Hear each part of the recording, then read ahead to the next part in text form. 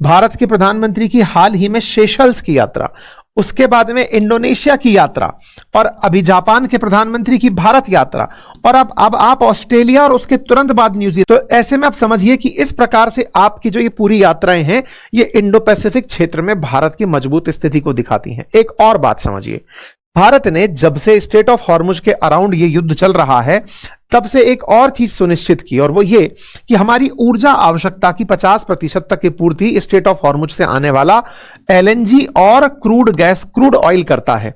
हमने इसके ऑल्टरनेट तलाशने शुरू किए, और उन्हीं ऑल्टरनेट में हमने तय किया कि हम यूरेनियम से ऊर्जा बनाएंगे, यानी कि न्यूक्लियर एनर्जी पैदा करेंगे। और न्यूक्लियर एनर्जी पैदा करने के लिए हमें यूरेनियम की आवश्यकता होगी, जिसके लिए हाल ही में हमने कजाकिस्तान के साथ में एग्रीमेंट किया है।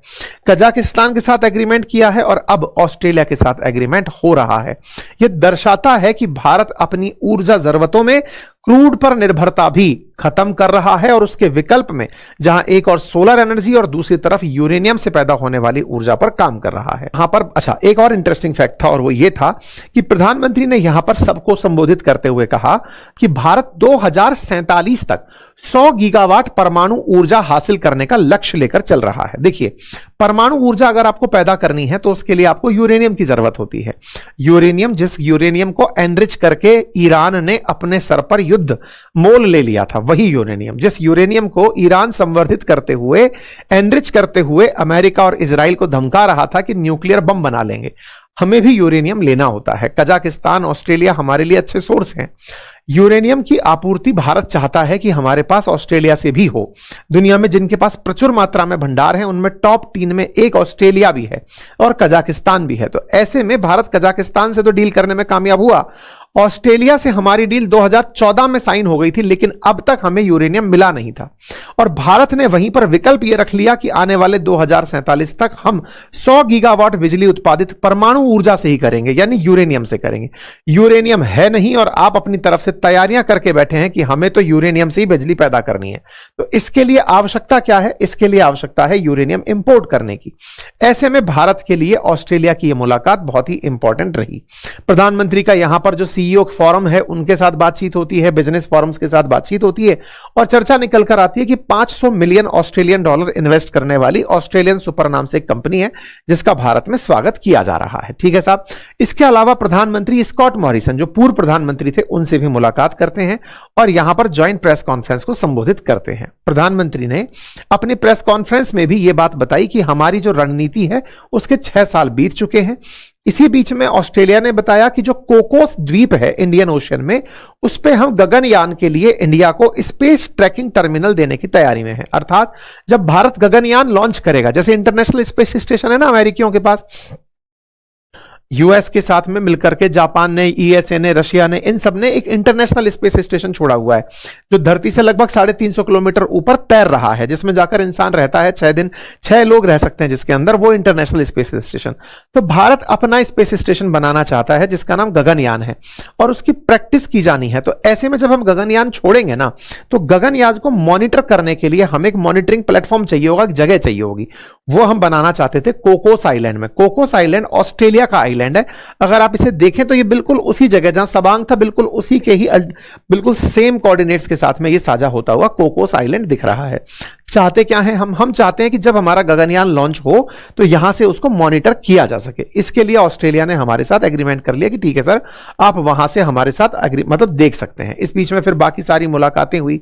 इनमें एक सबसे इंपॉर्टेंट चीज ये हुई, जैसे भारत के अंदर T20 वर्ल्ड कप होता है, T20 आईपीएल होता है ना, ऐसे ब्रिटेन का भी एक आईपीएल का अपना फॉर्मेट है बीएसबी के नाम से। उसका एक मैच जो इंटरनेशनल, जो उसका जो एक मैच है, इनॉग्रल जो मैच है, उसे चेन्नई में कराने का तय किया गया है दिसंबर के अंदर, कि भारत से उसकी शुरुआत कराई जाए। भारत ने एक प्रकार से उन्हें भारतीय ऑडियंस देने का एक तरह से प्लान कर लिया है। खैर, इन दोनों के बीच में फिर समझौते होते हैं, लगभग 18 समझौते निकल कर आते हैं।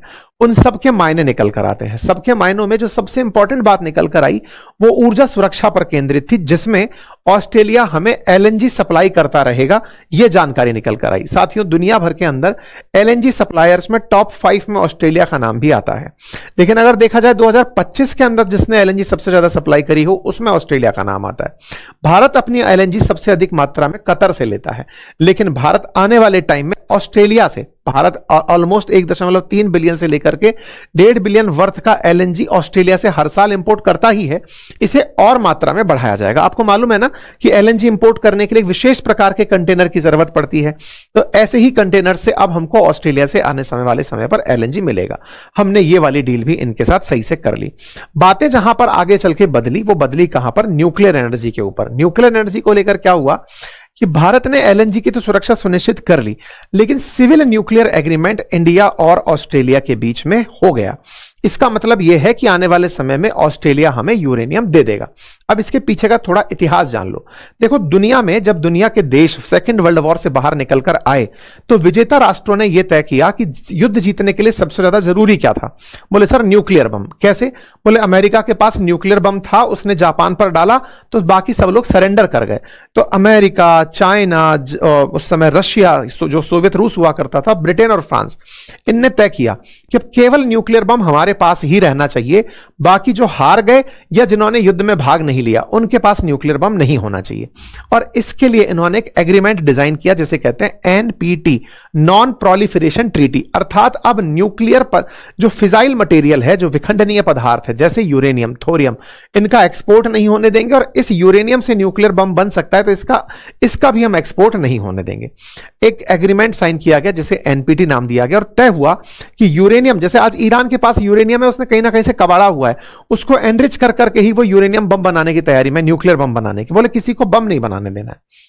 भारत से जब कहा गया कि आप भी इस पर साइन करिए तो भारत ने साफ इनकार कर दिया कि नहीं सर, हम एनपीटी पर दस्ताक्षर नहीं करेंगे। सवाल पूछा क्यों नहीं करोगे भाई?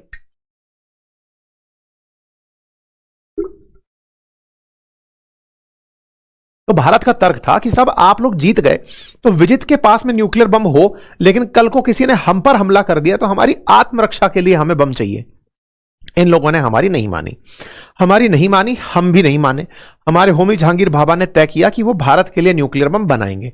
इसी के चलते कहते हैं कि उनकी एक कॉन्स्पिरेसी के अंदर एक रहस्यमय तरीके से उनकी मौत हुई और उसके पीछे विदेशी खुफिया एजेंसियों का हाथ है, ऐसा माना जाता है। खैर, भाभा की याद में भारतीय साइंटिस्ट्स ने बहुत सारे काम किए, उनके मार्गदर्शन में जो चीजें तैयार हुई थी वो आगे बनकर निकली। 1974 में भारत ने पहला परमाणु परीक्षण किया और 99 में दूसरा।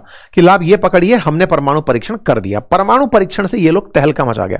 आप समझिए, ईरान परमाणु परीक्षण किया नहीं है अभी तक, तब उसने इतना युद्ध झेल लिया है। हमने बड़ा गुपचुप अंदाज के अंदर 98 के अंदर परमाणु परीक्षण कर 99 के अंदर परमाणु परीक्षण करके दे दिया। ओके साहब, जब हमारा परमाणु परीक्षण होता है तो दुनिया के देश कहने लगते हैं कि देखो, एक तो इन्होंने पहले ही एनपीटी पर साइन नहीं किया था, अब ये न्यूक्लियर बम और बना लिए, तो कल को तो यही किसी को मार देंगे। तो हम पर कई तरह के प्रतिबंध लाद दिए गए। भारत ने तब भी ये कहा कि हम ये जो बम बना रहे हैं ना, इसके पीछे का उद्देश्य अपने देश पर कोई हमला ना करे, अपनी सुरक्षा को मजबूत करना है, ना कि किसी दूसरे देश पर हमला करना। तो हमने एक सिद्धांत लिखा, नो फर्स्ट यूज थ्योरी, अर्थात न्यूक्लियर बम है तो सही हमारे पास, लेकिन हम इसे किसी और पर नहीं चलाएंगे अनटिल अनलेस कोई हम पर ना चलाए। अगर किसी ने हम पर चला दिया तो हम उस पर चलाएंगे। इस प्रकार से भारत ने अपना ही एक प्रकार से सिद्धांत लिख लिया, जिसको ताजा ताजा बदला भी गया पाकिस्तान के चलते। खैर, इस बीच में अब चर्चा क्या निकलती है कि ये तो सब ठीक है, इन लोगों ने ये सब कर लिया भारत को, लेकिन अब ऊर्जा आवश्यकता की पूर्ति के लिए यूरेनियम की जरूरत पड़ने लगी। कौन से ऊर्जा आवश्यकता? जो हम न्यूक्लियर रिएक्टर से एनर्जी बनाते हैं ना, उसमें भी यूरेनियम की जरूरत पड़ती है। यह बड़ा इंटरेस्टिंग फैक्ट है कि अगर भारत को न्यूक्लियर रिएक्टर से एनर्जी पैदा करनी है तो उसके लिए भी यूरेनियम चाहिए, और वो हमारे पास था नहीं। तो फिर तय यह हुआ कि एक काम करो कि भारत को यूरेनियम मत दो, क्योंकि क्या पता कि ये अतिरिक्त यूरेनियम लेकर बम बनाना तो खुद सीख ही चुका है, ज्यादा बम बना ले। तो हमको यूरेनियम सप्लाई पर रोक लगा दी गई। तमाम प्रयासों के बाद Bharat NSG, nuclear supplier group का सदस्य बना। जब सदस्य बना तो तय हुआ कि कोई बात नहीं, भारत ने एनपीटी पर हस्ताक्षर नहीं कर रखा, कोई बात नहीं, इसे हम एनएसजी एग्रीमेंट में शामिल करते हैं और भारत को यूरेनियम देना शुरू करेंगे। यह बात उस दौर की है जब यूपीए सरकार देश में हुआ करती थी। तब भारत के साथ एक एग्रीमेंट मनमोहन सिंह सरकार के समय अमेरिका ने किया, जिसका नाम 123 एग्रीमेंट रखा जाता है, जिसमें यह था कि अमेरिका भारत के साथ न्यूक्लियर एग्रीमेंट करना चाहता है। कंडीशन यह है कि भारत अपने न्यूक्लियर रिएक्टर्स को इंटरनेशनल एटॉमिक एनर्जी एजेंसी, जिसे आप आईएईए कहते हैं, उसे बस घूमने देगी, बाकी हम आपकी यूरेनियम आपूर्ति सुनिश्चित करते रहेंगे। ऐसा करते हुए भारत को उस समय लगभग 35 लोगों का एक समूह हुआ करता था, जिसे एनएसजी ग्रुप कहते हैं, उसमें भारत को शामिल कर दिया गया। अर्थात भारत को भी यूरेनियम मिलता रहेगा, भले ही वो एनपीटी साइन करे या ना करे, क्योंकि इन देशों ने यह तय कर लिया था कि हम भारत को क्या, दुनिया के किसी भी देश को यूरेनियम इसलिए नहीं लेने देंगे अदरवाइज वो बम बना लेगा। भारत ने विश्वास जीता, लेकिन यह विश्वास काम नहीं आया। इस एग्रीमेंट के बावजूद भी 2010 में भारत ने ऑस्ट्रेलिया के साथ फिर एग्रीमेंट किया कि साहब आप हमें यूरेनियम दे दो, हमें न्यूक्लियर रिएक्टर चलाने हैं। ऑस्ट्रेलियाई लोग नहीं माने। 2010 की रिपोर्ट है कि उन्होंने मना कर दिया। फिर 2011 में जाकर के ये लोग माने कि ठीक है, हम आपको देने पर विचार कर सकते हैं। 2014 में प्रधानमंत्री मोदी की ऑस्ट्रेलिया यात्रा होती है। दोनों में ये तय होता है कि ठीक है, हम भारत को न्यूक्लियर रिएक्टर के लिए यूरेनियम दे देंगे, लेकिन ऑस्ट्रेलिया तब भी डरा हुआ था कि कहीं ये बम ना बना ले। तो ऐसे में 2014 से लेकर अब आप 26 में खड़े हैं। उन्होंने एग्रीमेंट तो तब भी साइन कर लिया था, यूरेनियम अभी तक नहीं भेजा था। आज जब प्रधानमंत्री की वहां यात्रा हुई है, तब यह तय हुआ कि अब वो यूरेनियम सप्लाई शुरू कर देंगे। अदरवाइज उस समझौते के बावजूद भी ठंडे बस्ते में डले हुए बैठे हुए थे। अब इस बीच में जब वो सप्लाई शुरू कर देंगे, भारत ने क्या किया? भारत ने पिछले साल एक अपने देश में विधेयक पारित किया जिसका नाम शांति विधेयक था, जिसमें यह तय हुआ कि भारत के अंदर अगर कोई प्राइवेट फील्ड की कंपनी भी आकर के न्यूक्लियर रिएक्टर लगाना चाहे तो लगा सकती है। भारत की जो एटॉमिक एनर्जी एजेंसी है वो जाकर के उसकी निगरानी करेगी, जांच करेगी और यह सुनिश्चित करेगी कि उसका कोई गलत दुरुपयोग तो नहीं हो रहा है। तो न्यूक्लियर रिएक्टर के अंदर यूरेनियम की आपूर्ति सुनिश्चित करने के लिए भारत के प्रधानमंत्री की इन दिनों तमाम राष्ट्राध्यक्षों के साथ मुलाकात चल रही है, जिनमें से कजाकिस्तान और ऑस्ट्रेलिया हैं, क्योंकि ऑस्ट्रेलिया और कजाकिस्तान ही हैं जो टॉप पे बैठे हुए हैं जिनके पास यूरेनियम है। ठीक है, तो मैं उम्मीद करता हूं कि आपको पूरी यूरेनियम की कहानी समझ में आ गई होगी। कुल मिलाकर ये मैंने सारे अपडेट आपके सामने दे दिए हैं। आपको जानकारी पसंद आई हो तो साथियों से साझा करें, चैनल पर नए हैं तो सब्सक्राइब कर लें।